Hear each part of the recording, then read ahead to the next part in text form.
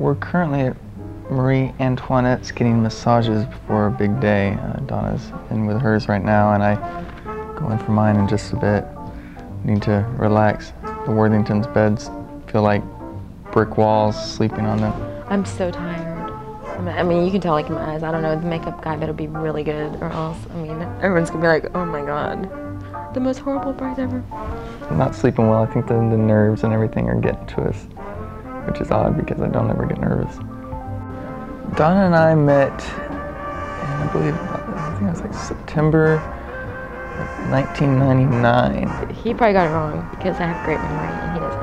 But August 28th, 1999. My friends and I were out at Elm Street Bar down in Deep Ellum, and we were just doing the usual thing we always did, just show up there and start playing pool, and that's all we did all night. I was out with my friend Deanna and Margaret, and we walked down the strip there in Elm, and I was like, okay, the first place that I see that there's gonna be a seat, I'm going in.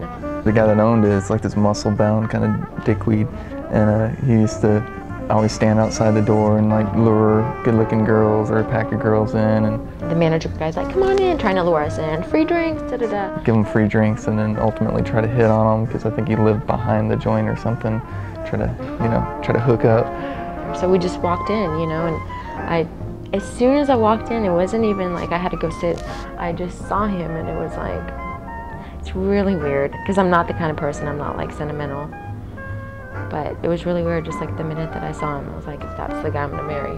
She swears that the night she met me, she went home and told her mom that she met the guy that she was gonna marry. It was just strange, because I was like, who's this guy? But I'm gonna marry him, I don't even know. And anyway, so we went and sat in the booth, and he kind of looked at me and smiled, and I looked at him, and I was like, oh my God, like that's it. And so we chatted the night up, and I was buying her drinks, and I can't drink. I have one and I'm drunk, and so I was really drunk, but I was embarrassed to tell him.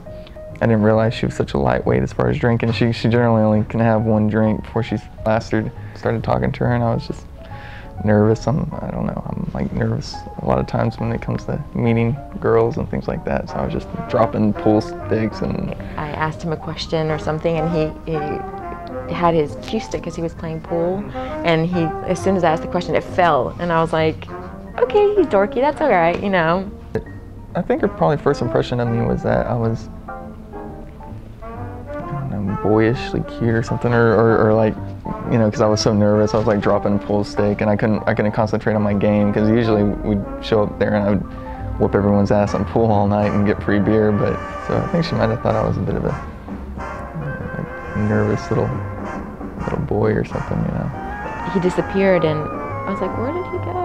I thought, okay, that's it, the guy of my dreams just left, and all of a sudden he just showed up. It was 2 o'clock, he just showed up and he threw his phone number on a napkin. Gave it to her on my way out. I was like, well, here, call me if you want, and left.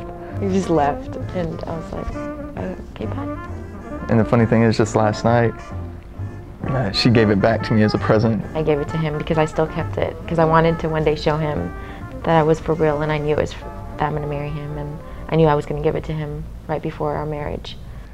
And yeah, that's how we met. We met at a bar.